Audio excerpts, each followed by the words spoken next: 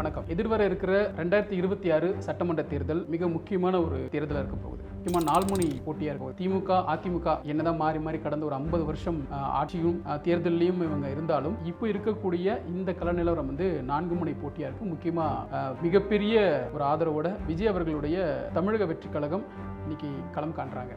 தமிழக சட்டமன்ற தேர்தலில் இந்த 16 தொகுதிகள் ஒரு மிகப்பெரிய எதிர்பார்ப்பை ஏற்படுத்தி இருக்கு. தமிழகத்தினுடைய தலைநகரம், இதுல யாரு ஆட்சி செய்வாங்க, இங்க யார் பெரும்பான்மையான ஓட்டுகளை வாங்குவாங்க அப்படிங்கிற ஒரு எதிர்பார்ப்பும் மக்களிடையே இருந்துகிட்டே இருக்கு. அப்போ இந்த சென்னையை நம்ம டீட்டெயில்டா, சென்னையில் இருக்கக்கூடிய ஒவ்வொரு தொகுதிகளும் என்னென்ன மாதிரியான பிரச்சனைகள் இருக்கு, அங்க இதுக்கு முன்னாடி யார் ஆட்சி செஞ்சிருக்காங்க, என்ன மாதிரியான விஷயங்கள் நடந்திருக்குது அப்படிங்கிறத ரொம்ப தெளிவா பேச போறோம். ஸோ அந்த வரிசையில முதல்ல நம்ம பார்க்க போறது பெரம்பூர் தொகுதி. பெரம்பூர் தொகுதி ஏன் நம்ம முக்கியமா இப்போ பார்க்க அப்படின்னா ஒரு விவிஐபி தொகுதியா மாறி இருக்கு. முக்கியமா விஜய் அவர்கள் இங்க போட்டி போட போறாரு அப்படிங்கிற ஒரு முடிவுக்கு ஒரு உத்தேச பட்டியலையும் சரி, ரசிகர்கள் மத்தியிலும் சரி, அரசியல் வட்டாரத்திலும் சரி, விஜய் அவர்கள் பெரம்பூர்ல தான் போட்டி போட போறாரு அப்படிங்கிறது 90% உறுதியா இருக்கிற நிலையில இப்போ பெரம்பூர் தொகுதியை பத்தி முதல்ல நம்ம பார்க்கறது சரியா இருக்கும் அப்படிங்கிற ஒரு விஷயத்துல தான் இருக்கும். பெரம்பூர் தொகுதியை பார்த்தீங்க அப்படின்னா 2026 நிலவரப்படி சென்னையில் உள்ள 16 தொகுதிகளில் அதிக வாக்காளர்களை கொண்ட ஒரு தொகுதி அப்படின்னா அது பெரம்பூர் தொகுதியாக தான் இருக்கு.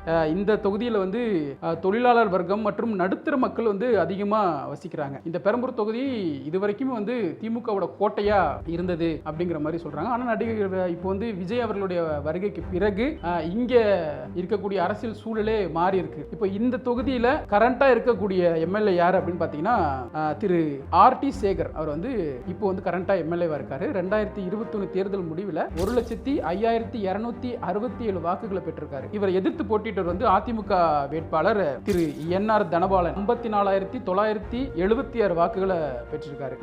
இவங்க ரெண்டு பேருக்கும் இடையில இருக்க லீட் டிஃபரன்ஸ் எவ்வளவு அப்படின்னு பாத்தீங்கன்னா கிட்டத்தட்ட 17,423 வாக்குகள் வித்தியாசத்துல கம்யூனிஸ்ட் பார்ட்டியை சேர்ந்த திரு சவுந்தரராஜன் அவர்கள் 2011 எலெக்ஷன்ல ஜெயிச்சிருக்காரு. சோ இந்த கணக்குப்படி பார்த்தோம்னா ஒரு தடவை கம்யூனிஸ்ட் பார்ட்டி, ஒரு தடவை அதிமுக, ஒரு தடவை திமுக. சோ இங்க யாருமே தொடர்ந்து ஜெயிக்கவே இல்லை. கடந்த ஒரு 3 எலெக்ஷனாவே யாருமே தொடர்ந்து இவங்க தான் எம்எல்ஏ இருக்காங்க அப்படிங்கிற மாதிரி ஒரு மனநிலையில இல்ல. அப்படிங்கும்போது விஜய் அவர்களுடைய வருகை இந்த ஒரு, ஏன்னா இந்த மக்கள் எப்பொழுதுமே ஒரு மாற்றத்தை எதிர்பார்த்துட்டே இருந்திருக்காங்க.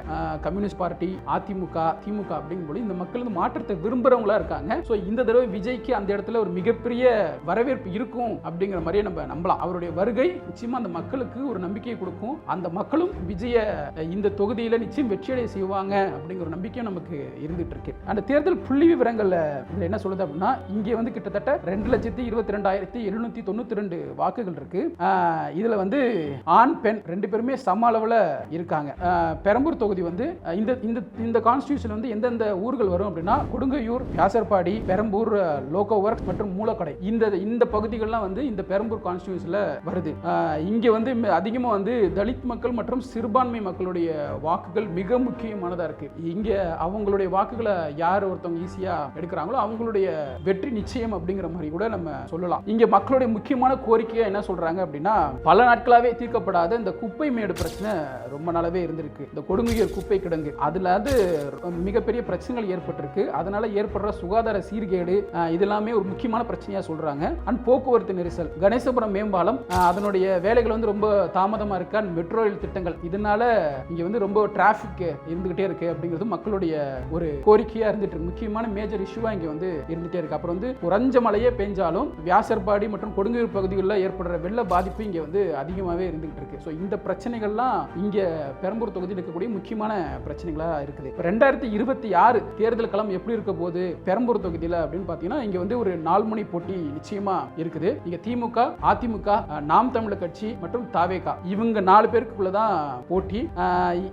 இந்த பெரம்பூர் தொகுதியில் என்னதான் நம்ம உத்தேசப்பட்டியல விஜய் இருக்காருன்னு சொன்னாலும் அதிகாரப்பூர்வமா அறிவிக்கல. திமுக சைடிலும் அதிமுக சைடிலும் யாரும் அறிவிக்கல. ஆனா நாம் தமிழர் கட்சி மட்டும் இன்னைக்கு அதுக்கான வேட்பாளரை அறிவிச்சிருக்காங்க. ஸோ இந்த தொகுதி அப்படிங்கிறது ரொம்ப முக்கியமான தொகுதியா இருக்கு. இந்த தொகுதியில் இருக்கக்கூடிய மக்கள் பிரச்சனைகளை யார் ஒருத்தவங்க சரி செய்யறாங்களோ, இங்க இருக்கக்கூடிய மக்களுடைய கருத்துக்களை யாரு ஈஸியா அட்ரஸ் பண்றாங்களோ அவங்க நிச்சயமா இந்த தொகுதியில் ஜெயிக்கிறதுக்கான வாய்ப்பு ரொம்பவே அதிகமா இருக்கு. நம்ம சொல்ல போனா மிகப்பெரிய தொகுதி, சென்னையில் இருக்கிறது மிகப்பெரிய எண்ணிக்கை கொண்ட ஒரு தொகுதி. இந்த தொகுதியில் யார் வெல்ல போறாங்க அப்படிங்கிறது நமக்கு அரசியல் களத்தில் தேர்தல் அன்னைக்கு தெரியும். முக்கியமா மே 4 அந்த ஓட்டு எண்ணிக்கை அன்னைக்கு நமக்கு தெரிய வரும். இந்த வரிசையில் நம்ம அடுத்து சென்னையில் பார்க்க பார்க்கக்கூடிய முக்கியமான தொகுதி வந்து முதல்வர் அவர்களுடைய தொகுதி கொளத்தூர் தொகுதி. கொளத்தூர் தொகுதி வந்து எப்போதுமே ஒரு விஐபி ஸ்டேட்டஸ்ல தான் இருந்திருக்கு. 2011 தான் தொகுதியை உருவாக்கப்பட்டுச்சு. அப்படி இருக்க சூழல்ல முதலமைச்சர் திரு ஸ்டாலின் அவர்கள் வந்து இந்த தொகுதியில தொடர்ந்து எம்எல்ஏவா இருக்காரு. 3 தடவையும் அவரே எம்எல்ஏவா இருக்காரு. இந்த தொகுதி வந்து ஒரு திராவிட மாடலுக்கு முன்னுதாரணமான தொகுதி அப்படின்னு முதல்வர் அவர்களே சொல்லியிருக்காங்க. இப்போ தற்போது இந்த கொளத்தூர் தொகுதியில எவ்வளவு வாக்குகள் பெற்றிருக்காங்க அப்படின்னு பாத்தீங்கன்னா 1,50,522 வாக்குகளை பெற்றிருக்காங்க. தன்னை எதிர்த்து போட்டியிட்டவர் வந்து அதிமுகவை சேர்ந்த திரு ஆதி ராஜாராம். இவர் வந்து 35,138 வாக்குகளை பெற்றிருக்காரு. இவங்க 2 பேருக்கும் உள்ள இந்த வெற்றி லீடிங் ஓட்டு எவ்வளவு அப்படின்னு பாத்தீங்கன்னா 70,384 வாக்குகள் அதிகம் பெற்று திரு ஸ்டாலின் அவர்கள் எம்எல்ஏவா அந்த இடத்துல இருக்காரு. அதே இந்த கொளத்தூர் தொகுதியில போன எலெக்ஷன்ல மக்கள் நீதி மையம் சார்பா திரு ஜெகதீஷ் அவர்கள் நின்றிருக்காரு. அவர் வந்து 14,076 வாக்குகளை பெற்றிருக்காரு. இப்போ வந்து மக்கள் நீதி மையம் இந்த தடவை தேர்தலில் போட்டியிடல அப்படிங்கறத அறிவிச்சிட்டாலும் இந்த ஓட்டுகள் திமுகவுக்கு மாறுமா அப்படிங்கிற கேள்வி நமக்குள்ள எழுந்திருக்கு. அதே மாதிரி நாம் தமிழர் கட்சியை சேர்ந்த திரு கெமில் செல்வா அவர்களும் 11,279 வாக்குகளை பெற்றிருக்காங்க. நோட்டா இதுல வந்து 1,529 வாக்குகளை பெற்றிருக்காங்க. முதல்வர் தொகுதி 2 தடவை அதுக்கு முன்னாடி சிஎம் இருந்திருக்காரு. அப்படிங்கும் பொழுது அந்த தொகுதியில கிட்டத்தட்ட 1,529 வாக்குகள் நோட்டாக்கு விழுந்திருக்கு அப்படின்னா அங்க மக்களுடைய அந்த மனநிலை எப்படி இருக்கும் அப்படிங்கறத நம்ம யோசிக்க முடியுது. சோ இது வந்து 2021 எலெக்ஷன்ல கிடைச்ச நமக்கு ரிசல்ட். 2016 திரும்பவும் ஸ்டாலின் அவர்களே அங்க வந்து கேண்டிடேட்டா நிக்கிறாரு. அவர் வந்து எவ்வளவு வாக்குகள் பெறாரு அப்படின்னு பார்த்தா 91,303 வாக்குகளை பெற்றாரு. தன்னை எதிர்த்து போட்டியிட்டவர் யாரு அப்படின்னா அதிமுகவை சேர்ந்த ஜேசிடி பிரபாகர். அந்த ஜேசிடி பிரபாகர்ங்கிற பேர் எங்கேயோ கேள்விப்பட்ட மாதிரி இருக்கு அப்படின்னா இப்போ அவர் வந்து தமிழக வெற்றி கழகத்தில் இருந்திருக்காரு. ஸோ அந்த ஜேசிடி பிரபாகர் தான் 2016 ஸ்டாலின் அவர்களை எதிர்த்து போட்டியிட்டாரு. கிட்டத்தட்ட 53,573 வாக்குகளை பெற்றிருக்காரு. அதே இது தேமுதிக கட்சியை சேர்ந்த திரு மதிவாணன் அவர்கள் வந்து 6,276 வாக்குகளை 2016 எலெக்ஷன்ல பெற்றிருக்காரு. அண்ட் பிஜேபியை சேர்ந்த கேடி ராகவன் இவரும் நமக்கு ரொம்ப பிரச்சயமான ஆள் தான். அவர் வந்து 5,289 வாக்குகளை பெற்றிருக்காரு. ஸோ 2016 எலெக்ஷன்ல ஸ்டாலின் அவர்கள் பெற்ற அந்த லீடிங் பாயிண்ட் எவ்வளவு, லீடிங் ஓட்டு எவ்வளவு அப்படின்னு பார்த்தீங்கன்னா 37,730.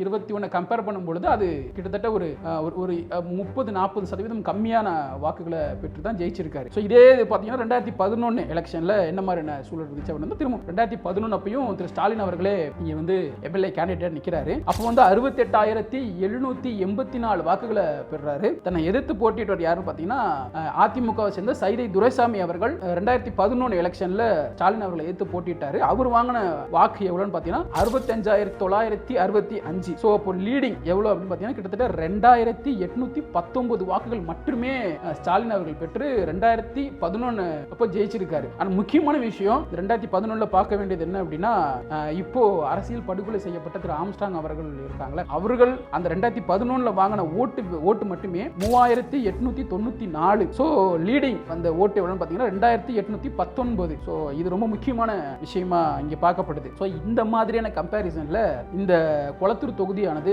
இருக்குது. இப்போ தேர்தல் புள்ளி விவரங்கள் என்ன சொல்லுது அப்படின்னா இங்க வந்து 2026 பிப்ரவரி மாதத்துப்படி இந்த தொகுதியில் மொத்தமா வந்து 2,07,251 வாக்காளர்கள் இருக்கிறாங்க. இங்க வந்து பெண் வாக்காளர் வந்து சுமார் 1,43,000 வாக்குகள் இருக்கு. அண்ட் ஆண் வாக்காளர்கள் வந்து 1,37,000 வாக்குகள் இருக்கு. பெண் வாக்காளர் வந்து கொஞ்சம் அதிகமாவே இருக்கிறாங்க. இந்த கொளத்தூர் பகுதியில் வந்து எந்தெந்த பகுதிகள் வரும் அப்படின்னு பார்த்தீங்கன்னா பெரியார் நகர், ஜேகேஎம் காலனி, ஜவஹர் நகர், லோகோ ஸ்கீம் மற்றும் பேப்பர் மில் சாலை, இந்த பகுதிகள்லாம் கொளத்தூர் தொகுதியில் வரும். இங்க இருக்கக்கூடிய முக்கியமான பிரச்சனை, கொளத்தூர் தொகுதியில் கூடிய முக்கியமான பிரச்சனை அப்படின்னு நம்ம என்ன பார்க்கிறோம் அப்படின்னா பருவமழை பெய்யும் போது சரி, இந்த பூம்புகார் நகர் மற்றும் அம்பேத்கர் நகர் போன்ற தாழ்வான பகுதிகளில் நீர் தேங்குது அப்படிங்கிறத மிகப்பெரிய குற்றச்சாட்டா மக்கள் சொல்லிட்டு இருக்காங்க. அப்ப வந்து குறுகிய உட்புற சாலைகள் தெருவுக்குள்ள இல்ல ஒரு பெரிய ஸ்டாண்ட்ல இருந்து உள்ள திரும்புற சந்து இந்த லேன்லாம் இருக்குல்ல, அந்த இடங்கள்ல உட்புற சாலைகள் வந்து ரொம்ப ஆக்கிரமிப்புனால இருக்கு. அதனால வந்து இங்க டிராபிக் ஜாம் அதிகமா இருக்கு அப்படிங்கிற ஒரு பெரிய குற்றச்சாட்டையும் வச்சிருக்காங்க. அந்த 24 மணி நேர அரசு மருத்துவமனை இங்க வந்து போதுமான அளவுக்கு இல்ல